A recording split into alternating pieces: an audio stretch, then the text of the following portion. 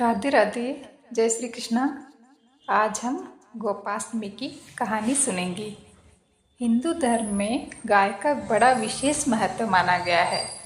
गाय में जो कि सभी देवताओं का वास माना गया है, गौ पूजन करने से सभी देवताओं का आशीर्वाद प्राप्त होता है। कार्तिक मास शुक्ल पक्ष की अष्टमी तिथि के दिन गौ सहित बछड़े का पूजन करना चाहिए। भगवान श्री कृष्ण का पूजन करना चाहिए। इस दिन जल्दी उठ कर के नित्य क्रियाओं से निवृत्त होकर स्नान आदि करके शुद्ध वस्त्र धारण करके प्रातःकाल जो कि गौ को स्नान करवाएं और उनका गंध पुष्प आदि से पूजन करें और अनेक प्रकार के वस्त्रालंकार से उन्हें अलंकृत करके उनका श्रृंगार करें। धूप दीप दिखा के गौ को ग्रास देकर उनकी परिक्रमा करें और थोड़ी दूर तक उनके साथ जाएं तो सब प्रकार के दुख दूर होते हैं। इसी गोपाष्टमी को जो कि सायंकाल के समय में शाम के समय गाय चरकर जब वापस आवे तो उस समय भी उनका आतिथ्य अभिवादन करके पंचोपचार विधि से उनका पूजन करें। उन्हें हरा चारा खिलाएं, गुड़ खिलाएं और उनके चरण की धूल को अपने मस्तक पर धारण करके ललाट पर लगावे तो उससे सौभाग्य आदि की वृद्धि होती है।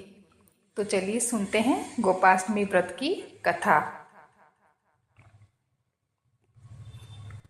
जब भगवान श्री कृष्ण ने अपने 6ठे वर्ष की आयु में प्रवेश किया तब एक दिन माता यशोदा से बोले कि मैया, अब मैं बड़ा हो गया हूँ, अब मैं गाय चराने जाऊँगा। यशोदा बोली, अच्छा लला, अब तुम बड़े हो गए हो तो बताओ अब तुम क्या करोगे। तब भगवान ने कहा कि मैं मैया बछड़े नहीं गाय चराऊंगा।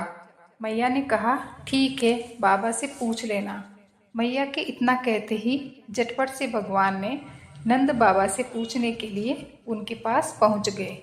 पूछने पर नंद बाबा ने कहा कि लल्ला, अभी तुम बहुत छोटे हो, अभी तुम बछड़े ही चराओ।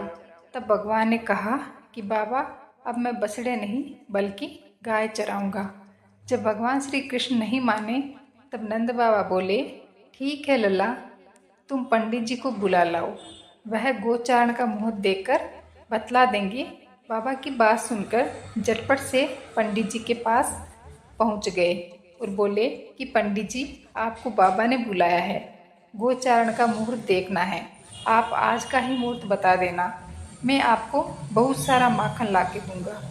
पंडित जी जब नंद बाबा के पास पहुँचे और बार बार पंचांग देखकर गणना करने लगे तब नंद बाबा ने पूछा कि पंडित जी, क्या बात है, आप बार बार क्या गिन रहे हैं। पंडित जी बोले, क्या बताएं नंद बाबा, गोचारण के लिए केवल आज का ही मुहूर्त निकला है, इसके बाद तो 1 वर्ष तक कोई मुहूर्त नहीं है।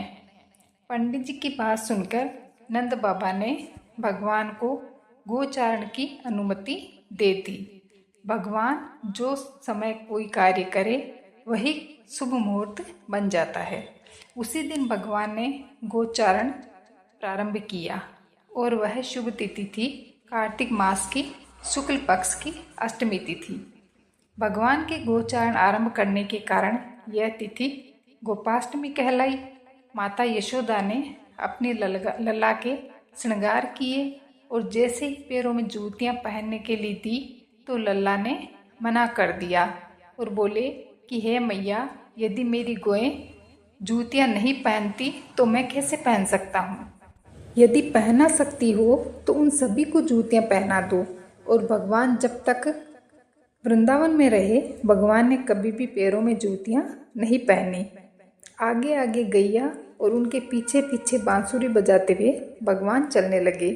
तब बलराम और श्री कृष्ण के यश का गान करते हुए ग्वाल गोपाल इस प्रकार से विहार करते हुए भगवान ने उस वन में प्रवेश किया। तब से भगवान की गोचारण लीला आरंभ हुई। जब भगवान गाय चराते हुए वृंदावन जाते तब उनके चरणों से वृंदावन की भूमि अत्यंत पावन हो गई।